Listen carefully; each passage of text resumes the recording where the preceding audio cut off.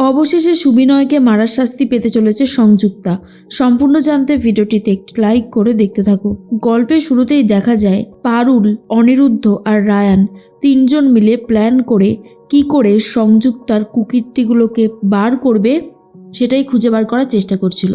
তখনই রায়ান বলে, সংযুক্তা ম্যাডামের আইটিআর ফাইল চেক করলেই সমস্ত সত্যি সামনে চলে আসবে, আর আমি এখন সেটাই করতে যাব। কিন্তু পারুল বলেন, না, এটা একদমই সঠিক উপায় হবে না। সঠিক উপায় যেটা হবে আমার মনে হয় সেটাই খোঁজা উচিত। 3 নম্বর পয়েন্টটা আমাদের ফলো করা উচিত। এরপর অনিরুদ্ধ বলে, শোনো রায়ান, বেকার এই ঝামেলাগুলো করো না। তুমি যে সমস্ত কথা বলছো সেগুলো কোনোদিনও হবে না, কারণ সংযুক্তার কাজ পর্যন্ত আমাদেরকে পৌঁছাতে হলে আমাদেরকে চুপিসারে কাজটা করতে হবে। এইভাবে যদি সংযুক্তা জেনে যায় তাহলে আমরা কোনোদিনও কোনো সত্যি কথা জানতে পারবো না। এটাই ফ্যাক্ট, বুঝেছো? কিন্তু রায়ান অনিরুদ্ধকে পারুলের পাশে একদমই সহ্য করতে পারে না, তাই বাইক নিয়ে নিজেই বেরিয়ে পড়ে। পারুল তখন বলে, স্যার চলুন তো, আমাদেরকেও ওকে আটকাতে হবে। সেই জন্য পারুল আর অনিরুদ্ধ দুজন মিলেই গাড়িতে বসে পড়ে। অনিরুদ্ধ গাড়িটা বেশ জোরেই চালাচ্ছিল, কিন্তু রায়ানের থেকে আগে যেতে পারছিল না। এরপরেই অনিরুদ্ধ বলে, কি ব্যাপার বলো তো পারুল, রায়ান কি আমার প্রতি জেলাস? মানে আমি বুঝতে পারছি না।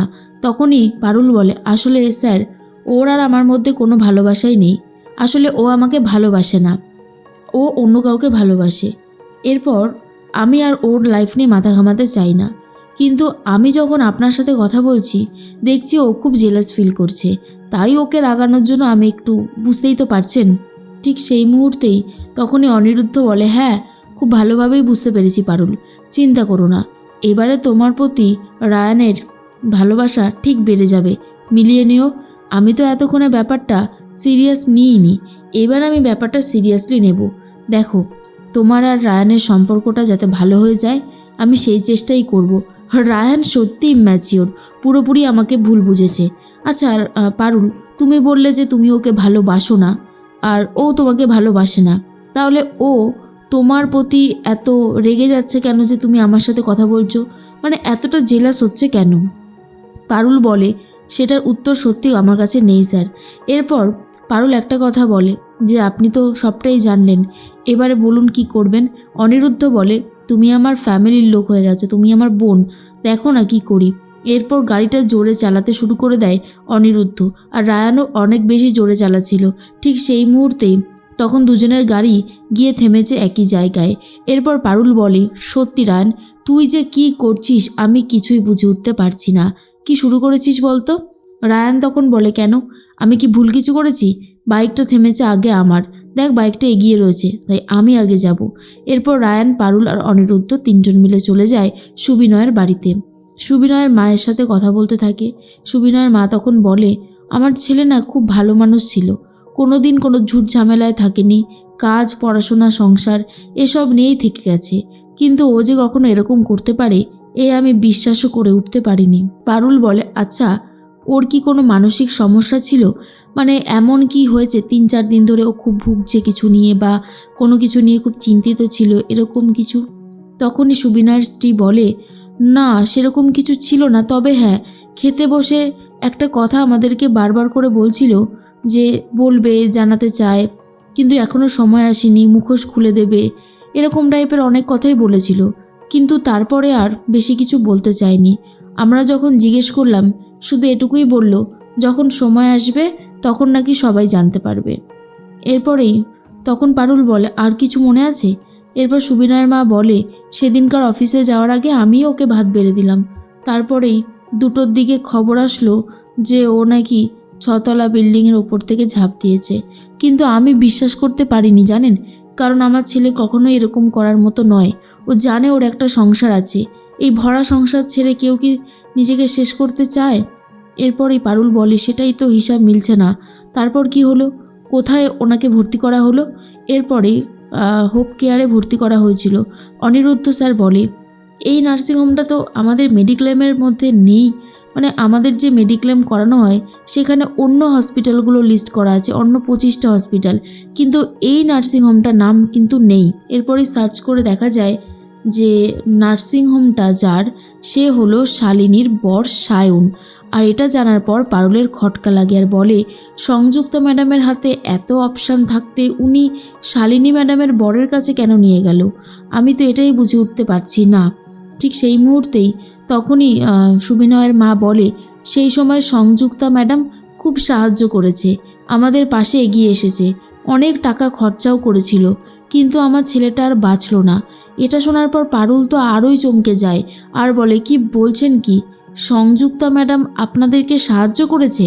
তখনই গার্গী মানে সুবিনার স্ত্রী বলে, হ্যাঁ তো, উনি সাহায্য না করলে আমরা একদমই মুখ থুবড়ে পড়তাম, ওনার সাহায্যতেই আমরা অনেকটা হেল্প পেয়েছিলাম। এরপরেই পারুল তখন বলে, আর কিছু মনে আছে? আর কিছু বলুন না। তখনই গার্গী বলে, আসলে সেই সময় এটুকুই মনে ছিল যে ডাক্তার বলেছিল তেমন কোনো চোট লাগেনি, মানে প্রাণ সংশয় হতে পারে এটা তো বলেইনি, তো আমরা ওর কাছে গেলাম। এরপর বললাম ডাক্তারকে যাতে আমাদের সাথে একটু কথা বলতে দেয়, কিন্তু ডাক্তার বললো এখন অসুস্থ আছে, পরে কথা বলবে। এরপর যখন আমরা বাড়িতে এলাম তার ঠিক আগেই আমাদের কাছে একটা ফোন আসলো, ফোনে জানতে পারলাম ও আর নেই। এটা শোনার পর তো আমরা পুরোই অবাক হয়ে গিয়েছিলাম। পারুল তখন বলে, কি বলছেন? আপনারা হসপিটালে দেখে মানে নার্সিংহোমে দেখে এলেন সুস্থ, তারপরে শুনছেন আর নেই? তখনই ঠাম্মি মানে বিশেষ করে সুবিনয়ের মা বলে, হ্যাঁ আসলে আমাদেরও বিশ্বাস করতে অসুবিধা হচ্ছিল যে আমার ছেলে আর নেই। তারপরে তো গোটা জীবনটাই কেমন থমকে গেল। এরপরে পারুল বলে, আচ্ছা সুবিনয়কে কোন ডাক্তার দেখেছিল সেটার কোনো প্রেসক্রিপশন বা কোনো কিছু আছে? এরপর গার্গী বলে, হ্যাঁ আছে তো, নিয়ে আসে। আর সেখানে লেখা রয়েছে ডক্টর সম্বরণ মিত্র। আর এই নামটা শোনার পর রায়ান তখন বলে, আর এই সম্বরণ মিত্রই তো তোর আর দাদুর চিকিৎসা করেছিল, মনে নেই? তখন পারুল বলে, হ্যাঁ এবার মনে পড়েছে, আমাদেরকে যেতে হবে, আমাদেরকে এই ডাক্তারবাবুর সাথেই কথা বলতে হবে। রায়ান তখন বলে, উনি তো এখন এই হোপ কেয়ারে নেই, উনি অন্য জায়গায় আছেন। পারুল বলে, যেখানেই থাকুন না কেন কথা বলে ব্যাপারটা দেখতে হচ্ছে। এরপর কাগজপত্রগুলো নিয়ে পারুল ডাক্তারের কাছে যাবে বলে ঠিক করে। তখনই সুবিনয়ের ছেলে এসে বলে, আন্টি তুমি আমার বাবাকে ফিরিয়ে এনে দিতে পারবে? তখন পারুল বলে, না বাবা, আমি তো আর তাকে ফিরিয়ে আনতে পারবো না, কিন্তু যে দুষ্টু লোকগুলো তাকে মেরেছে তাকে শাস্তি দিতে পারবো। সুবিনয়ের মা বলে, যদি তুমি এই কাজটা করতে পারো তাহলে আমার ছেলের আত্মা অন্তত শান্তি পাবে। আমরা তো এত কিছু জানি না, বুঝতেও পারিনি, তবে তোমরা এই কাজটা করতে পারলে খুব খুশি হব। পারুল বলে, চিন্তা করবেন না, এবারে সব কিছু দেখার দায়িত্ব আমাদের। ঠিক সেই মুহূর্তেই পারুল একটা কাজ করবে বলে ঠিক করে যে এই ব্যাপারটাকে নিয়ে আবার তদন্ত শুরু করবে। আর এর মধ্যেই দেখা যায় যে গার্গী মানে সুবিনয়ের স্ত্রী সব জায়গায় এই খবরটা রটিয়ে দেওয়ার চেষ্টা করে যে সুবিনয়কে মেরে ফেলা হয়েছে। আর এই খবরটা চলে এসেছে শালিনী আর সায়নের কাছে। তখনই শালিনী বলে, ম্যাম আপনি কিছু একটা করুন, এরপর তো সায়ন ফেঁসে যাবে। তখন সংযুক্তা বলে, এত বছরের ঘটনা আবার সামনে নিয়ে আসলো কে? ওরা এই কাজটা করেনি, ওদেরকে দিয়ে কেউ করিয়েছে। আর পারুল তখন বলে, সংযুক্তা ম্যাডাম, যে অন্যায় আপনি করেছেন তার শাস্তি আপনি খুব তাড়াতাড়ি পেতে চলেছেন।